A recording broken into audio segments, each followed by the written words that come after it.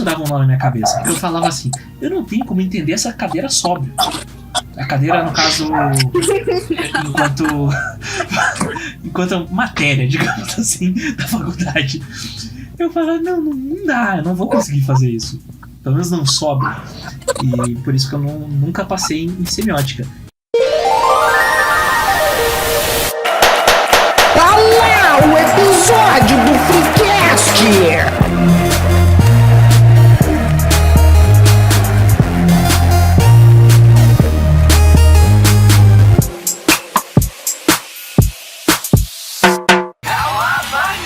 Mais uma terça-feira e o Freecast está online. E sabe o que mais? Sem furar minha sequer. Já viram o nosso bordão, não é mesmo? Vocês me acham lá no @guilhermemelo_ no Instagram. E hoje a gente tem uma convidada maravilhosa para falar com a gente. Mas primeiro, me acompanham nessa tela em branco o nosso pintor de pente aqui, @Doug. Fala patrão, fala galáctico, aqui @Doug. Temos a arte para não morrer da verdade. Poético.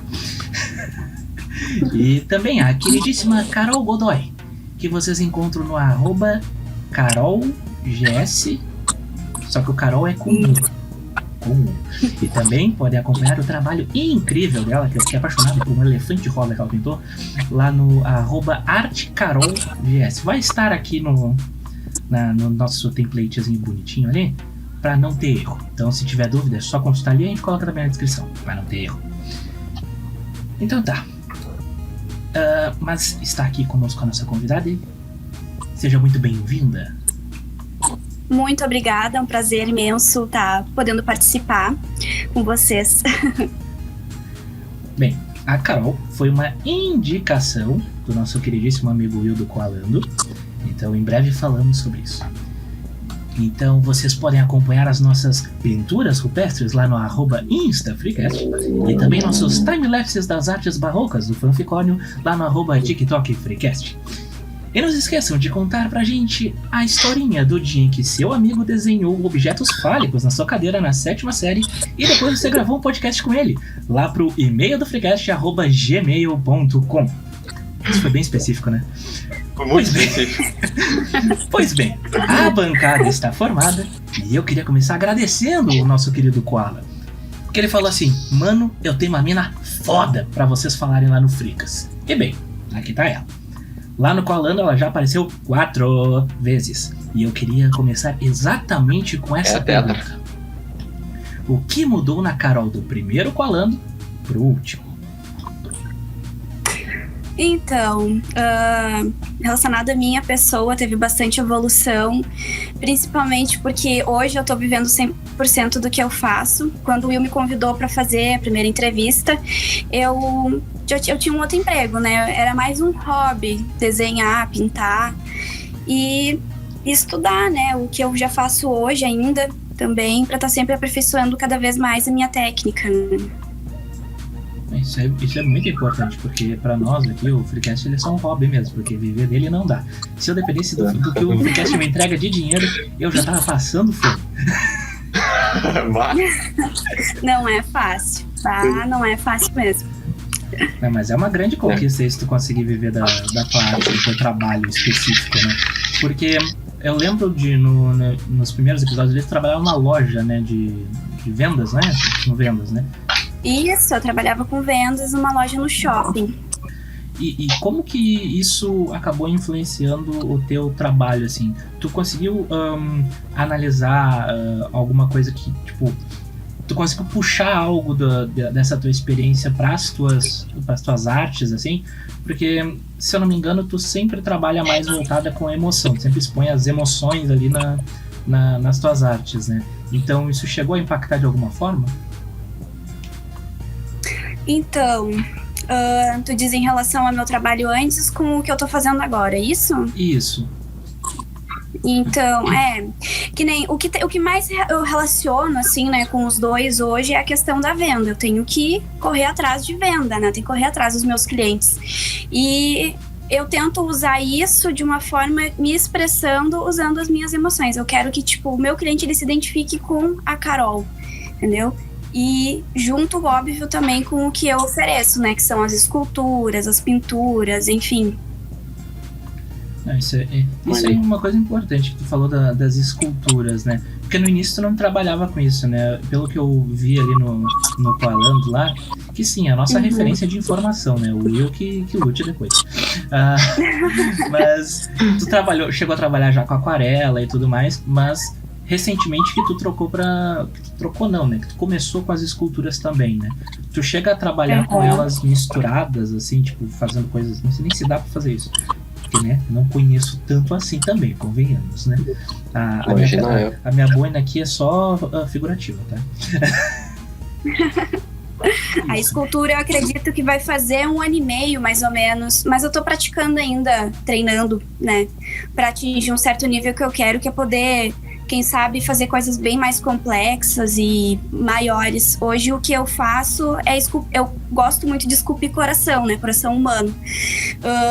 Não, tem coisa que às vezes a gente nem sabe por que faz, sabe? A gente simplesmente coloca a mão e sai, acontece. Tu coloca o sentimento ali e simplesmente acontece. Foi um dia que eu tava pintando, desenhando um coração humano e me veio assim, ai, que vontade de tentar fazer uma escultura, né? Quem sabe eu posso tentar então fazer. Fui lá, comprei o material, pesquisei, estudei como, né, o que seria ideal usar, as ferramentas, tudo, e comecei a fazer.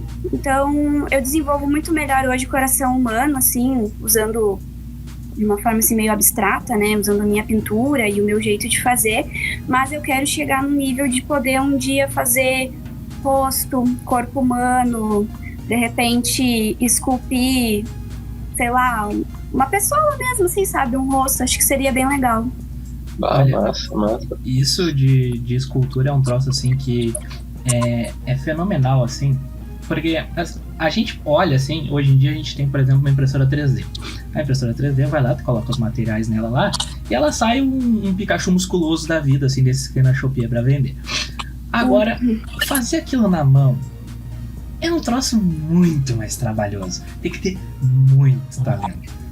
E quando a pessoa consegue colocar aquela ideia dela, tipo, se tu já conseguindo colocar uma coisa que tu imaginou, no meu caso, assim, eu trabalho na parte de arte, assim, visual, eu trabalho exclusivamente com coisas digitais, e nem a ilustração, nem nada muito trabalhado, porque eu não tenho esse dom.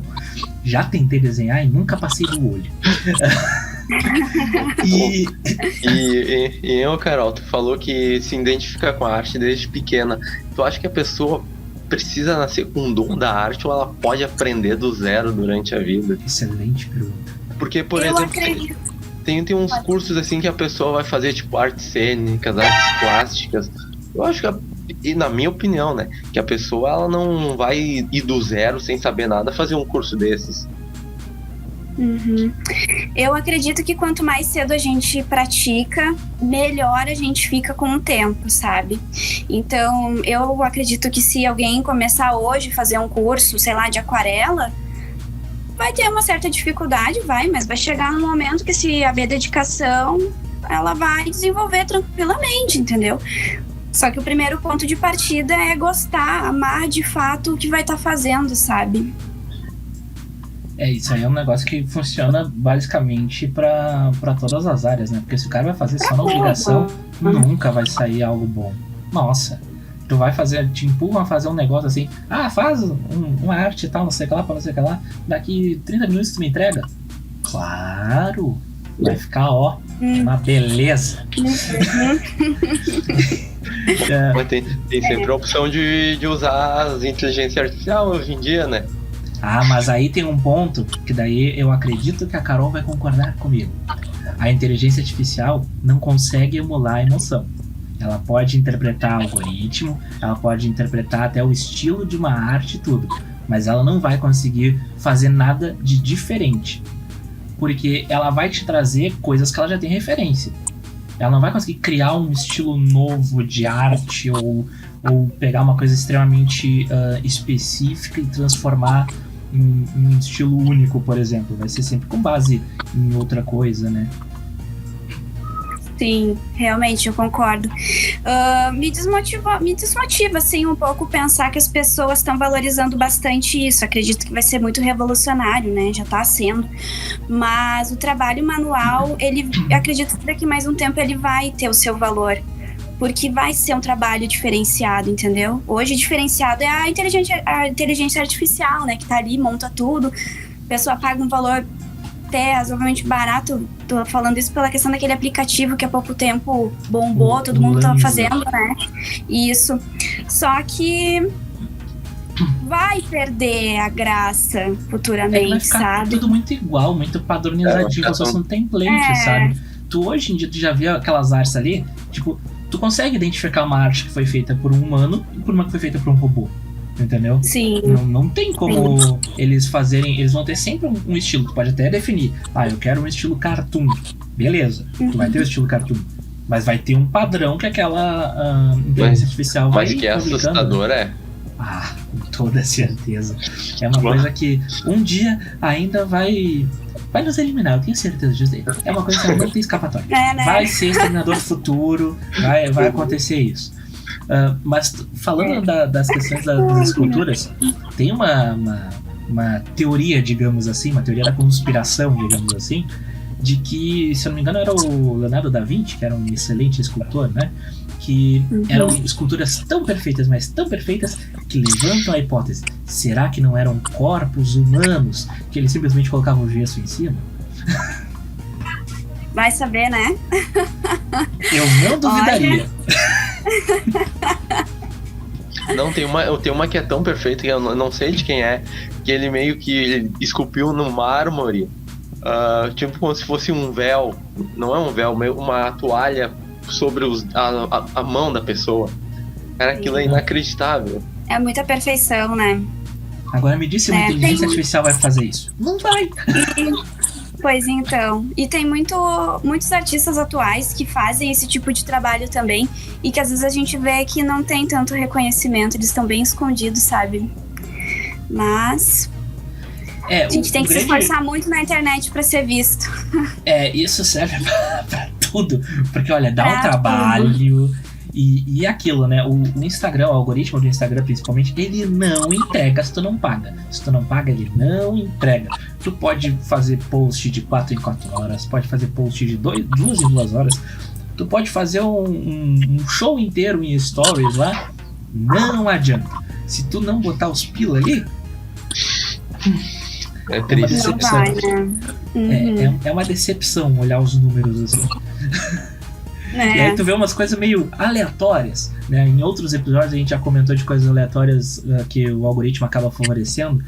Tipo no episódio 83 com o Geek Publicitário. Se a gente se lembrar, a gente coloca um cardzinho aqui. Mas provavelmente a gente não vai lembrar. Que a gente fala do fenômeno do luva de pedreiro, né? Que hoje a gente já não vê tanta coisa relacionada, né? Que foi um fenômeno aí que durou 6, 8, talvez quase um ano. Não chegou a durar um ano, acho, fechado o período de holofote assim nele. Claro que ele ainda tá capitalizando com isso, né? Mas hoje em dia já tem outras trends, já tem outras criaturas surgindo que a gente nem faz ideia de qual buraco saíram. Nossa, aquele tal de... Como é churrasco o nome do cara? Churrasco. Meu Deus. E tá lá, né? O cara vai surfar sua onda e vai ganhar o seu dinheiro com isso, evidentemente, né? Mas não, mostra que não tem um padrão pra nada, né? Nesse sentido de algoritmo, assim. Mas uma coisa que pode ter um padrão é... Qual é o teu estilo, o estilo que tu se baseia? Assim, porque tem várias vertentes artísticas aí, vários estilos de pintura, tem até pintura em tela, pintura em papel, enfim. Qual o estilo que tu mais te adapta, que tu mais gosta? Qual o estilo que tu ainda quer fazer e não fez? Então, hoje o que eu uso, né, eu faço pintura em tela e faço aquarela, que é no papel. E as esculturas, né? Que daí é com massa cerâmica fria. Que não precisa da queima, né? E tudo mais. É um processo aí pra deixar a peça endurecida. Mas o que eu quero ainda fazer futuramente... Eu quero fazer pintura em parede. Que é o muralismo, sabe? Eu quero poder um dia estar criando desenhos enormes numa parede para fazer interiores de dentro de casa, ou enfim, né, de qualquer ambiente aí para estar decorando também o espaço. Isso seria fazer tipo grafite em muro de rua também, seria o caso? É, tipo isso. Isso é uns desenhos, né, bem artístico que tem em muro. E criar peças também para dentro de casa, né? Uma coisa que eu gosto muito é essa parte de interiores para dentro de casa.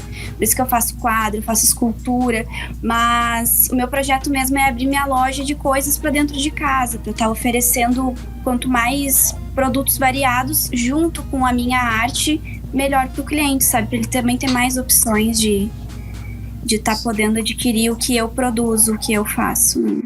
Tem um artista que eu seguia, ou sigo ainda, não sei, que é lá no Instagram, que é o Cobra, que ele é especialista nessa coisa de arte de rua, né? Então ele é gigantesco, assim, ele tem muitos trabalhos até para grandes marcas, inclusive. E isso até me lembra também uma outra menina do TikTok, cujo nome eu não vou lembrar, porque apareceu eventualmente, assim, porque eu gosto de seguir essas coisas, principalmente coisas artesanais. Eu adoro ver, assim, no TikTok, eu pego ali um vídeo do cara fazendo os elementos químicos ali, as reações, o cara fazendo marcenaria, uns bagulhos assim, que eu nunca vou ter capacidade de fazer, mas eu gosto de ver os outros fazendo. Então, o que acontece? Tem essa menina que ela recentemente fez uma parede lá pro jogador do Paris Saint-Germain, lá o Marquinhos, que daí apareceu exatamente esse vídeo dela fazendo a arte lá, muito linda, por sinal, a arte. E me lembrou muito dela quando tu comentou essa situação de querer pintar parede, interiores, essas coisas, porque é um negócio que dá um toque bem diferentão, assim, pro ambiente ali, né? Seja sala, seja, sei lá, um corredor, alguma coisa assim, né? Eu tive a minha experiência como pintor, tentando pintar o meu quarto. Meu Deus. Foi horrível. Assim, foi um troço horrível aqui, eu só consegui calos nas mãos, quase caí da escada e quebrei a coluna, o vovozinho quebrar a bacia e, né? Então eu consigo dizer hoje assim com propriedade, é difícil. É difícil. Então valorizem as pessoas que fazem esse trabalho, mesmo que não seja uma pintura artística, que seja uma pintura de parede, valoriza, porque os caras passam perrengue. E falando em perrengues, quais os maiores perrengues de trabalhar com arte? Porque é um negócio assim, num geral, quando as pessoas falam, eu trabalho com arte, ou vendo arte, alguma coisa assim, ou vão levar pro lado do meme do vender minha arte na praia, ou vou pensar em uma coisa glamourosa, estilo Europa, série, filme e tal, casacos de pele, grandes, né? Enfim, como que é a realidade de 83% das pessoas que trabalham com isso? Então, eu vejo esses dois lados, olha, maravilhosos. Eu gostaria muito de vender minha arte na praia, porque eu adoro praia, né? Mas, enfim, brincadeira à parte, né? Meu desafio, assim, diariamente, na verdade, é ainda alcançar o meu público, sabe? Porque como eu ainda sou muito nova e tô nesse meio, assim, tô me descobrindo, né? Eu tô numa fase, digamos assim, obviamente eu acho que toda a minha carreira eu vou estar estudando, porque tem que estar sempre em busca de melhoria. Mas eu ainda, de certa forma, ainda tô buscando o meu público. Isso até comentei também com o Will, lá do Coalando, né, na entrevista que eu fiz, que, olha, é bem difícil pra quem tá começando, sabe? A gente posta coisa na internet, daí vê aquele número de pessoas e se pergunta, mas por que não estão curtindo? Por que não interagem? Mas é que talvez não é o público, sabe? Então, hoje, o meu desafio é encontrar o meu público. Bem, eu acho que... A gente faz a mesma pergunta também. E o Doug, ele tem até uma opinião meio polêmica e forte a respeito disso. É que as pessoas, na verdade, no geral, elas são... Elas olham... foda-se. Não tô. Sabe o que eu penso também? É que a internet, ela tem muita coisa, muita informação, e às vezes até a gente mesmo se perde, né? Sim. Fica ali só rolando, só já tá em estado vegetativo, sabe? Nem tá prestando atenção, só tá rolando. Só tá vendo Então, o que tá aparecendo, o que estão te jogando de informação. Mas, Carol, voltando ali à pintura de parede, tem uma polêmica que eu vi esses dias no Twitter, sobre pichação, se pichação pode ser arte. Na minha opinião, pichação não é arte, tá? A pessoa escreve o próprio nome dela ali sem ter nenhum contexto. Quer dizer, eu não sei, eu não conheço, tá? Também não posso, tem que cuidar muito do que eu falo pra não estar julgando. Mas no meu conhecimento, assim, pra mim não é. Eu vejo a arte como algo colorido, um desenho, um significado e um sentimento. Agora, tu ir lá num muro, às vezes, muitas vezes num local privado, tá, né, estragando ali o patrimônio de alguém sem autorização, pra mim isso é vandalismo, tá? Não é arte. Eu concordo com ela. Porque assim, o grafite, sim, grafite pra mim é uma forma de arte, porque tem toda a questão da arte de rua ali, né, a expressão artística deles, no geral, né, quando fazem essas artes em muros e tal, que são painéis, nossa, maravilhoso. Que é aquela coisa, a arte na nossa forma mais básica, ela é uma maneira de se expressar, seja ela falando, sei lá, contando uma poesia, como é que, não é que a gente fala, não é contando, como é que é o nome correto, o verbo correto? Recitando uma poesia, pessoal, Doug e a cultura, estamos surpreendidos. Seja via texto, seja no caso de um livro, que o Doug também não gosta, no caso do filme, no caso de uma pintura qualquer, uma escultura. São diversas as formas de arte. Mas aí, né, que tá a tese do Twitter sobre a pichação seria uma forma de expressão em letras, e ali o cara tá meio que usando a fonte dele. Tá, mas aí o cara vai lá mas vamos definir então pichação. Pichação, o cara lá que escreve assim na parede, assim, ó, para fulaninha, te amo. É arte? Não é! Não dá pra chamar de arte isso. Se o cara ainda tem aqueles que fazem, tipo, no longínquo tempo onde existiam os bondes em Porto Alegre, que tinha as pseudo-gangues, os pseudo-Peaky Blinders da vida, que eles faziam uma maneira diferente, de fato, de... Tinha uma assinatura, né? Exato. Aí eu até posso entrar no conceito de arte. Entendeu? Até um forte abraço pro Maninho, né, que o Doug também conhece, que ele vivia desenhando no seu caderno e no dos outros também, né, com aquelas letras deveras pontudas e bem estilizadas. Era bonito, não vou negar, mas pra mim ainda era maloqueiragem.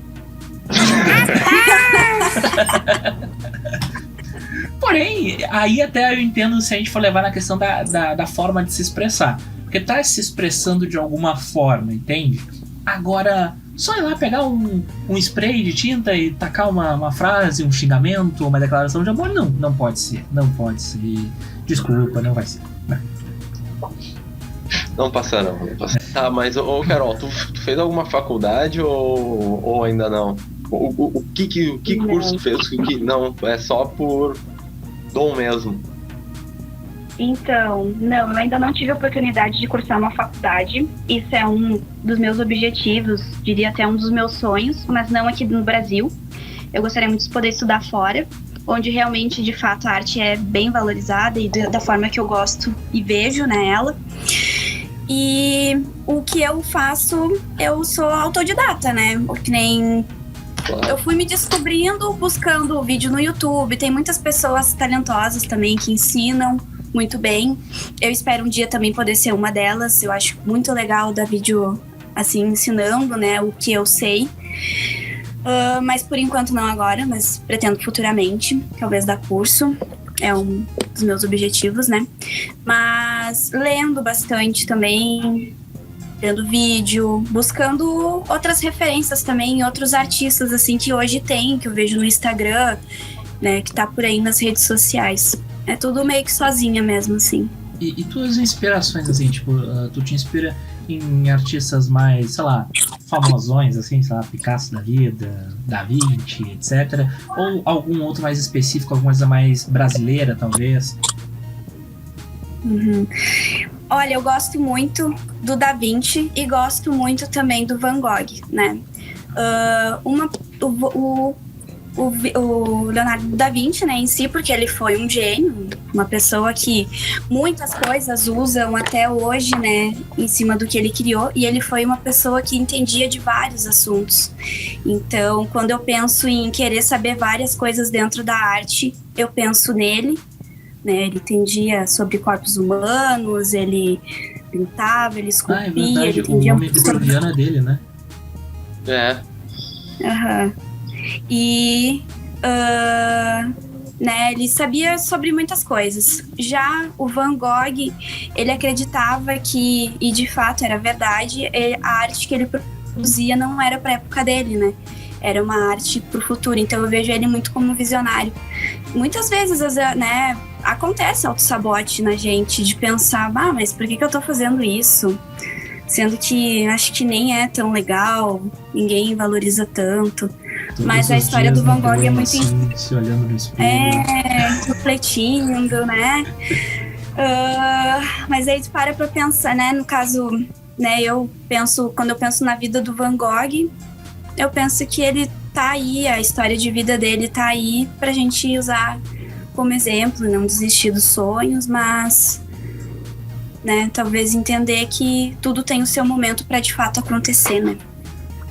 E tipo, tem uma coisa também que a grande maioria dos artistas, na verdade, não conseguiram viver da sua arte, se parar pra analisar, assim, principalmente os mais do passado, né?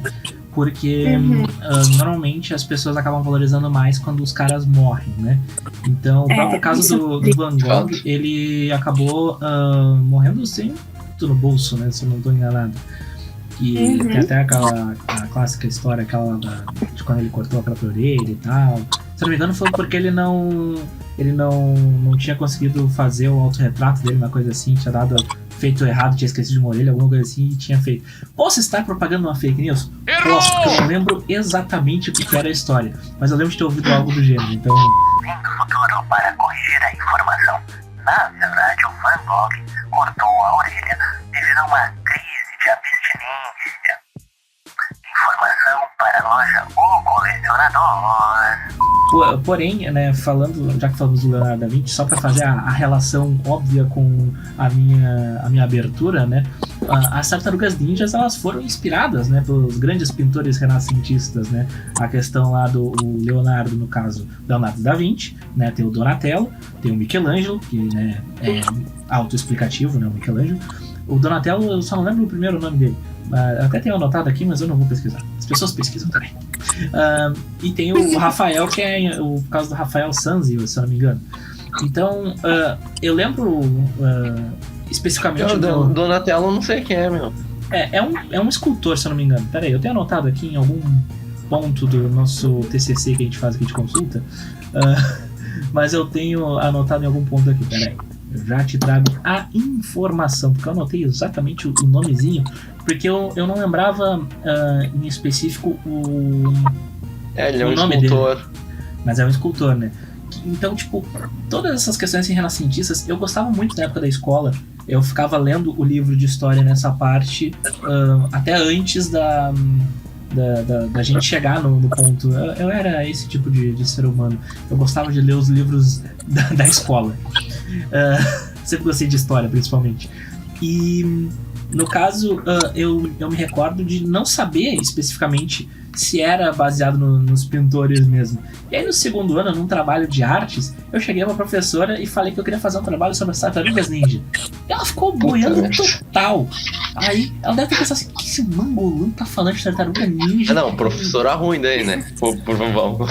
Aí ela falou assim, tá, mas o que tem a ver as tartarugas ninja com a arte, não sei o que. Olha, eu posso estar enganado, mas me parece que os nomes das tartarugas são em homenagem aos pintores renascentistas. Ela, você tá inventando isso, guri? E me deu 5. Quase rodei em artes porque eu gostava de tartarugas ninja, tu vê só. O ensino público de qualidade. Não quis nem verdade, né? Enfim. Eu trouxe um fun fact pra ela e ela nem tá... Pois é. Mas eu te falei, é bem interessante, eu não sabia disso também. Eu só? Podcast é cultura. Uma coisa que a gente vê muito por aí em filme, em coisa, até na vida, assim, quando tu vai num museu e vê uma obra de arte, geralmente as pessoas não entendem. E daí vai vir alguém chegar e falar: ah, é porque tu é ignorante, tu não tem inteligência o suficiente. E isso não é uma experiência própria dele. Ele não tem mágoa com as pessoas que falaram isso pra ele. Ai, gente, eu vejo assim, ó, que no momento que a gente coloca algo num papel, tá ali desenhando, tu tá colocando a tua intenção, mas a partir do momento, do ponto de vista da pessoa que vai ver, ela interpreta o que ela quiser, entendeu? A arte é pra ser observada, entendeu? Então, por exemplo, cada pessoa vai... Uma arte abstrata, principalmente, né? Que é pinta, risco, um monte de coisa. Às vezes tu simpatiza com aquilo, mas tu não sabe o porquê. Tu busca o teu entendimento do porquê tu gostou. Talvez seja por causa das cores que estão ali, ou porque tu olha e aquele risco te lembra algum desenho, algum formato, enfim. Então, a arte é para ser observada e para ti criar a tua própria, né? Como é que se fala a palavra? A tua própria dedução, entendeu? Isso que eu vejo um problema assim na arte que afasta muito as pessoas. Essa meio que empáfia assim dos mais sabidos, dizer que tu não entendeu porque tu é burro. Não, eu acho que já esse tipo de gente é ignorante, sabe? Acho que daí já tá se achando muito, sei lá. Não, e tem essa questão que o Doug falou da empáfia, da arrogância das pessoas. Vem muito naquela questão do crítico de cinema, das pessoas, que as pessoas elas colocam a arte como algo super, ultra, mega intelectual e meio que isso separa, entre aspas, como se fosse uma separação de castas, assim, né? Não, que a arte é nobre, o resto não é. E aí eles querem definir o que é a arte, né? Tanto que tem muitas expressões artísticas que elas surgiram mais nesse último século, como a própria questão do...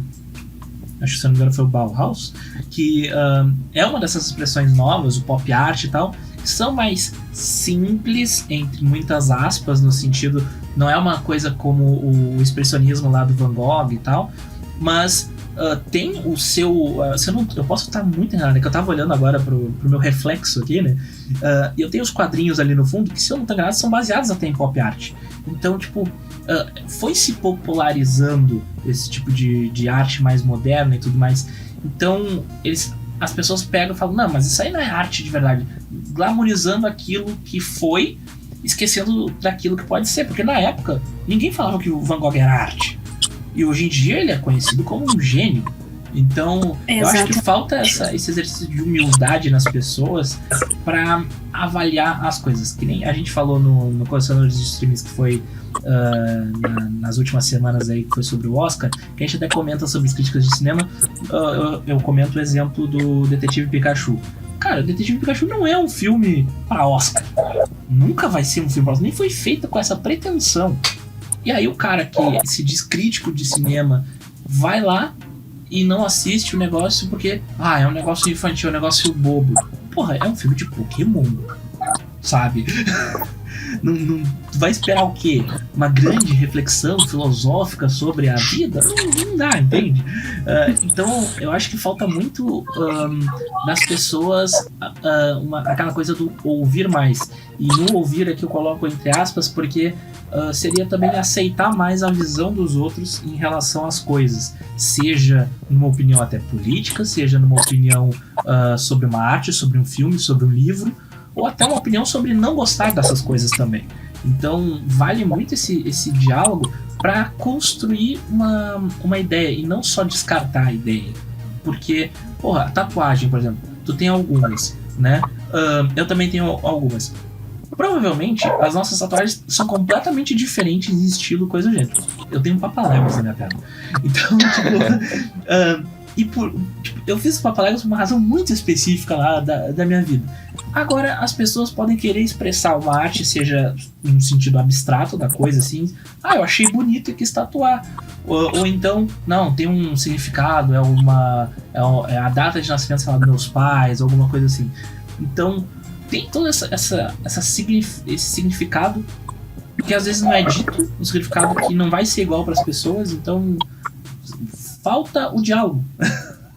especificamente, pra entender. E as pessoas simplesmente pegam, não, a minha visão é a certa, foda-se o que tu pensa.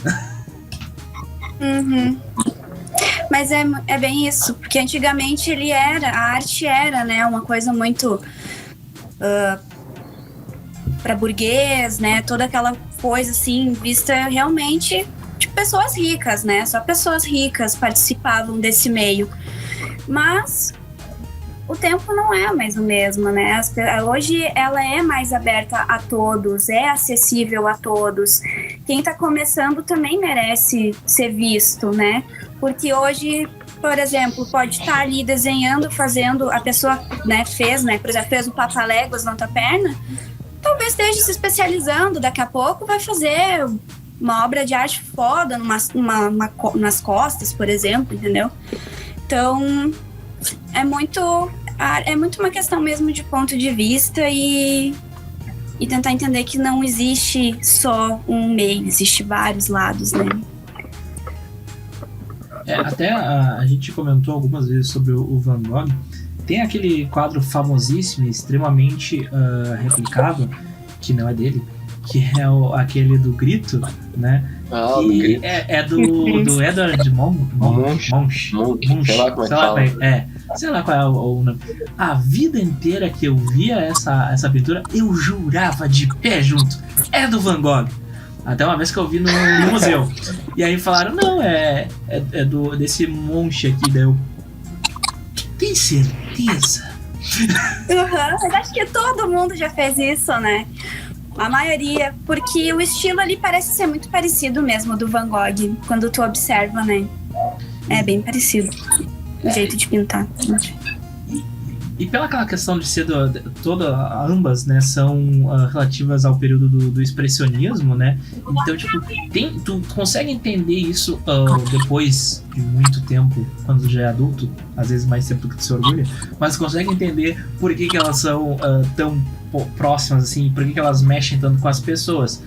Porque, como elas são a arte nessa forma mais básica, que seria a questão de se expressar, de expressar as suas emoções, então até o próprio caos do traçado ali do pincel e tudo mais já traz uma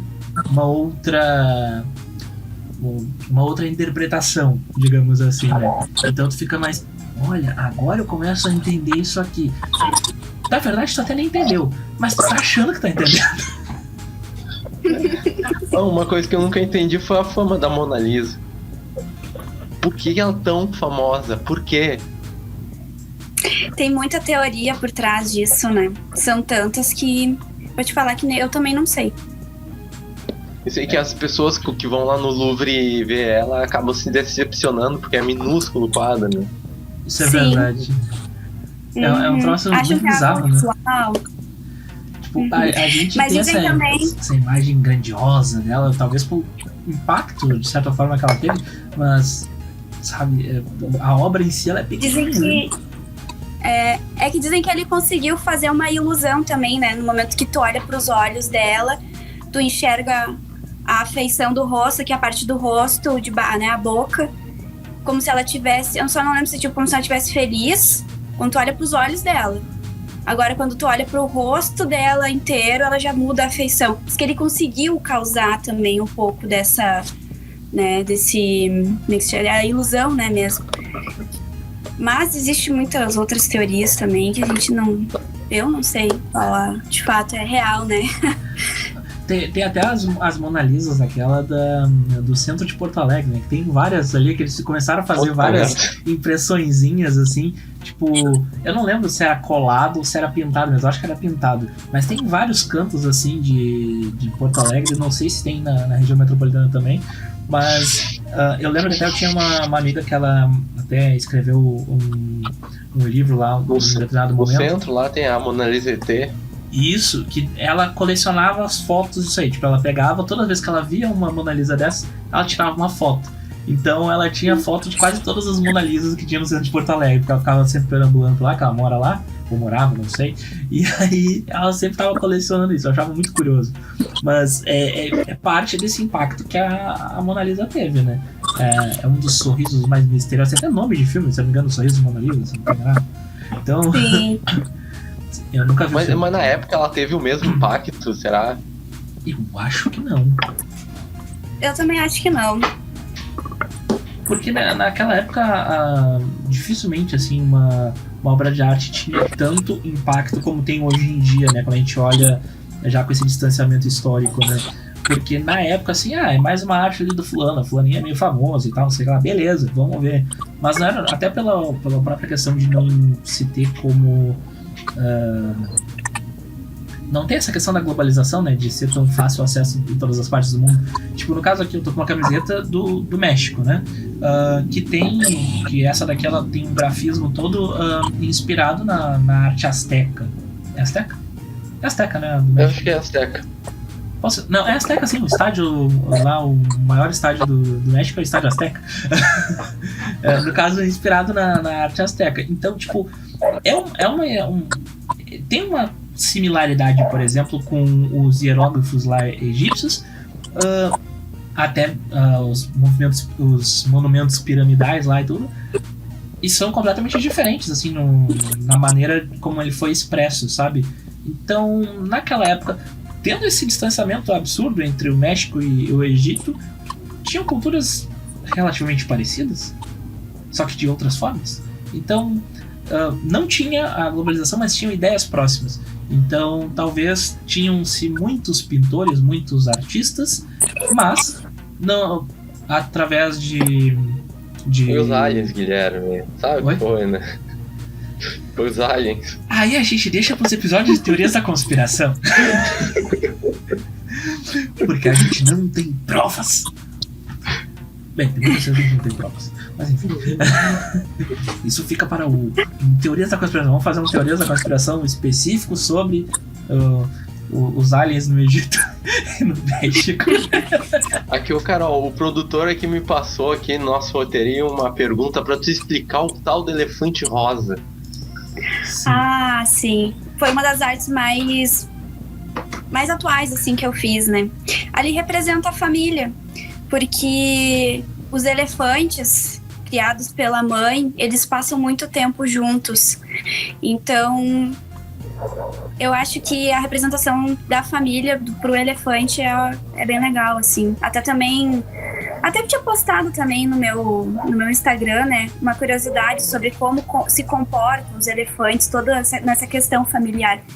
Então, eu vou deixar pra pessoa que estiver ouvindo pegar, ir lá, dar uma pesquisada. É muito interessante. Eu acho muito legal. Eu gosto muito de me expressar, assim, usando os animais, né. Mas essa questão do quadro é bem a representação mesmo da família. Até usei também as cores para tentar para dar aquela sensação de tranquilidade, relaxamento. São cores claras, né, que eu usei para fazer, para que seja acolhedor no ambiente que tiver. Faz muito sentido, aquele quadro é muito bonito. Mas agora tu falou uma coisa muito interessante, que é a questão das cores, né? Da maneira como elas representam as coisas, né? E tipo, tu chegou a estudar alguma coisa sobre essa questão da psicologia das cores, como elas afetam, enfim, nos conte mais. Normalmente eu sempre dou uma pesquisada, assim, antes de produzir, né, o desenho, que nem eu imagino ele, me vem a imagem do que eu tenho que desenhar, e às vezes eu tento até buscar o porquê que eu senti vontade de fazer aquilo, porque eu já imagino pronto, e até as cores já nisso. As cores têm muita influência dentro do que a gente sente, né? Então, eu pesquiso isso antes de colocar, até também pela questão de atrair, talvez, para uma possível venda, né? Que nem eu não poderia desenhar aquela família de elefante usando cor vermelha e preta. As pessoas daria algo violência, agressão, algo assim, entendeu? Não combinaria com a questão família ali, né? Do jeito que eles estão ali, que é reunidos, né? O bebezinho ali, enfim. Não ficaria legal. Então é sempre muito interessante, eu sempre pesquiso antes na hora de colocar as cores, quando eu vou produzir uma arte. Esse negócio das cores eu acho que nunca passou pela nossa cabeça quando a gente estava criando as cores do FreeCast, porque foi deveras aleatório. Simplesmente veio o roxo e o rosa. E é isso. E o azul. E é Aham. isso. Tipo, brotou-se assim, num determinado momento assim. Será que esse roxo vai ficar legal? Ah, ficou. Vai ser isso aí. Até um É que fun fact. combina com. Diga. Combina com o unicórnio, né? Essas cores combinam com o unicórnio. A questão da imaginação, né? De sonhar, de... Essas cores são, né? Tipo, o rosa, ele remete muito a isso. A questão de sensibilidade também. O roxo já é uma questão mais de criativo. Então faz sentido ter esse ligamento com o unicórnio, né? É a questão desenho e cores, entendeu? Essa questão assim da sensibilidade expressa muito o Freecast. Pra tu ver como a gente não pensou nisso antes. Porque se tivesse sido feito esse estudo, talvez a gente tivesse outras cores. Porque a questão do unicórnio, sim, foi uma coisa assim que a gente... Eu não lembro nem por que brotou o unicórnio na real na nossa vida. Eu também não lembro. Eu acho que foi porque tu tinha a pelúcia do que a gente chamou de fanficórnio depois. E a gente falou, tá, vamos usar o unicórnio então, o nosso mascote era isso, entendeu? Porque a gente não tinha um mascote, não tinha uma ideia. A primeira ideia do Freecast, basicamente, era um ruído. Literalmente era um ruído, assim, a arte. Porque era uma coisa assim, era um fundo preto, né, com as ondas de áudio e tal, com rosa. E tinha a escrita era a forma como se fosse colagem, assim, sabe? Aquela colagem de letras de revista. Então era uma bagunça, era horrível aquilo. E a gente achava legal. A gente achou legal. E aí, depois até a primeira versão das artes do Fanficstão, né? Que é onde a gente realmente introduziu o fanficórnio de fato, assim, com o nosso mascote. Eu peguei muitas referências do construtivismo russo, que tinha aqueles panfletos muito clássicos, assim, que era a pessoa meio em preto e branco, assim, e tal, e as frases, assim, meio como se fosse uma espécie de megafone, sei lá, alguma coisa assim que a pessoa ficava, né, e usei daquilo como referência para fazer as nossas primeiras artes. Então era uma coisa meio morta, assim, as nossas cores, não tinha nada vibrante, não tinha nada, sabe? E aí na segunda versão foi completamente diferente, aí, super vivo e tal. Pra tu ver como a minha visão dessa primeira arte é diferente. Pra mim é uma capa de um LP antigo. Mas que é baseado nessa... No bagulho russo? Exato, lá da Revolução Russa lá de 1919, que até, falando sobre isso, né... tem uma outra inspiração que, tipo, o construtivismo russo, ele surgiu ali depois da Primeira Guerra Mundial, né?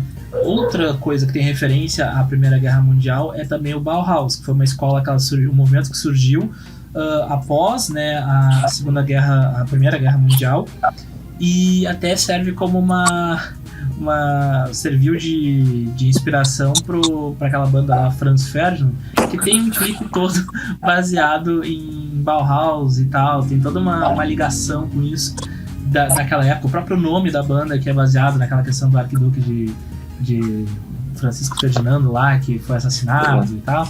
Então é estranho como todas as representações artísticas que a gente conhece, elas acabam sempre tendo algumas referências que são muito similares, né? Acredito que sempre a gente busca referência, né? Tudo é referência, tudo é inspiração. A gente se inspira em outras pessoas para poder criar alguma coisa. Então, eu acho que isso a gente tá todo mundo meio que interligado, né? Na criatividade. É a famosa nada se cria, tudo se copia, né? Não, isso tá errado, isso também não é assim. A gente tem que colocar a nossa mãozinha ali pra fazer sempre diferente. Porque a questão da cópia também já é algo bem complicado de lidar, né? Não, mas assim, nessa questão da arte, eu sou publicitário, né? Eu tive algumas cadeiras relacionadas. Eu tinha que estudar semiótica, por exemplo, e aí eu não aguentava as aulas de semiótica, eu não entendia aquilo lá um nó na minha cabeça, e eu falei, tá, não vai rolar. Aí eu desisti da cadeira, E eu falei, vou pegar uma equivalente. Aí eu peguei História da Arte. Aí agora vai. Defina semiótica para um engenheiro. É bem pensado. Semiótica é basicamente tu ressignificar um objeto, uma arte, qualquer coisa basicamente. Tipo, no exemplo mais que eu me lembro mais assim que a professora usou na época era a questão da cadeira. O que é uma cadeira? É um objeto. Só que daí é um objeto que serve pra quê? Pra se sentar. Só que dependendo do ângulo, tem diversas outras interpretações que tu pode ter e tal. E isso dava um nó na minha cabeça. Eu falava assim, eu não tenho como entender essa cadeira sóbria. A cadeira, no caso, enquanto matéria, digamos assim, da faculdade. Eu falava, não dá, eu não vou conseguir fazer isso. Pelo menos não sobe. E por isso que eu nunca passei em semiótica. Eu agora não lembro qual foi a cadeira que acabou entrando como substituta, porque eu rodei História da Arte e eu rodei em semiótica. Mais de uma vez, nas duas. Pra ver que eu não era bom. Mas a questão da semiótica eu fui entender um pouco depois que eu saí da faculdade. Porque eu comecei a olhar assim aquela questão de ressignificar coisas. Então a gente pega, por exemplo, os memes. Os memes, eles se apropriam muito de algum trecho de algum filme, de alguma arte que já foi feita em algum momento, ou até mesmo de pequenos rabiscos que acabaram se popularizando. E aí um trecho, por exemplo, de um filme que tá falando, sei lá, uma animação, Rick e Morty, por exemplo, tá lá falando sobre alguma coisa da história do desenho e utiliza o meme de forma a transformar aquilo em outra coisa. Isso é, de certa forma, semiótica, porque ele tá ressignificando aquela pequena obra ali, né? Então, é um negócio que é bem complicado de conseguir absorver. Entendi. Com esse exemplo eu entendi, eu acho. Viu? Se a professora tivesse falado de uma maneira pra idiotas entender que nem eu tinha aprendido. Mas não, fica falando da porra da cadeira. Eu olhava pra cadeira, eu olhei umas 312 vezes pra aquela cadeira. Eu falei, ainda é uma cadeira, professora. Não, mas eu tenho que entender. Não, professora, ainda é uma cadeira. Sabe? Não processava aquilo. A gente ressignificava. Diga. E dá pra acrescentar outras coisas nessa visão pra ela não se tornar mais uma cadeira? Se tornar outra coisa? Eu, assim, como eu disse, eu rodei algumas vezes. 3 nessa cadeira. Mas eu acredito que tenha como, porque assim, a gente pegava às vezes algumas capas de revista, por exemplo, capas dessas revistas famosas, sei lá, Veja, eu esqueci o nome das outras. Caras. Cláudia. Então, tipo, que tem uma foto ali normalmente, né? Mas, por exemplo, a Veja, ela é muito famosa, principalmente em períodos políticos, por passar uma mensagem com aquela capa, né? Então, tu pega, por exemplo, se eu não me engano, tem uma capa que faz uma capa da Veja, que ela é com um político, se eu não tô enganado, é o Moro, que na época ele não era político, né? Mas estava tendo bem aquele rolo da Lava Jato e tudo mais, e coloca uma capa que ela é muito similar a uma capa que foi da Veja quando teve o caso lá de 94, o político cujo nome eu esqueci, que fez a limpa na poupança das pessoas. Vem do futuro para corrigir a informação. Na verdade, era o presidente Collor. Informação para Bamerindos. O Nilson, ouvindo isso aqui depois, ele vai olhar assim, como que vocês não sabiam? Não lembro, tá? Desculpa. Não lembro, não é a minha. Mas tinha lá uma capa parecida, que era aquela coisa do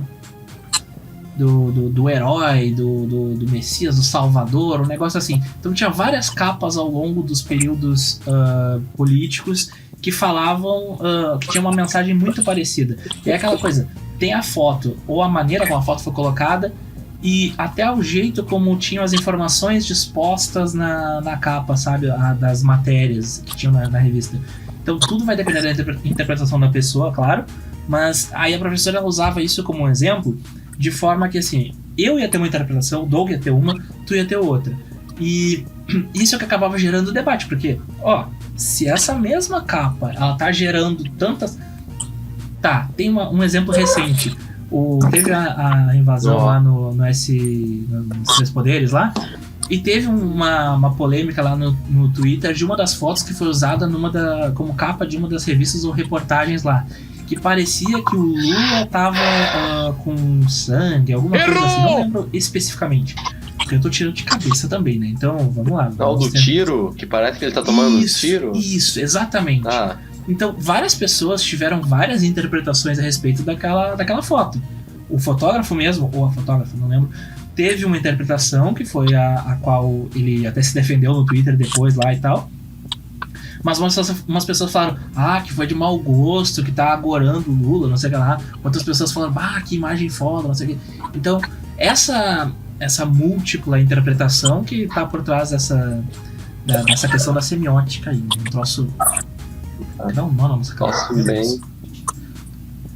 Se eu lembrar, vou colocar uma fumacinha.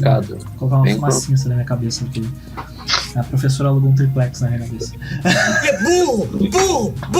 Tá, mas eu tenho envolve bastante filosofia, pelo jeito, né? Nessa também. Matéria. Essa filosofia. Eu disse que não dava pra entender sóbrio, precisava de uma ajuda pra entender a filosofia. Inclusive, né, saudades do BBBC, né? Podcast que era do Nilcinho com o Vini. Saudades. Um dia vocês têm que voltar, pelo amor de Jesus. Tem que voltar aí, né, meu? Vamos pras conclusões? Mas indo pras conclusões. Obrigado. Tu tá se vingando, né? Até tá se vingando daquele fanfic, né? Tô de olho em ti.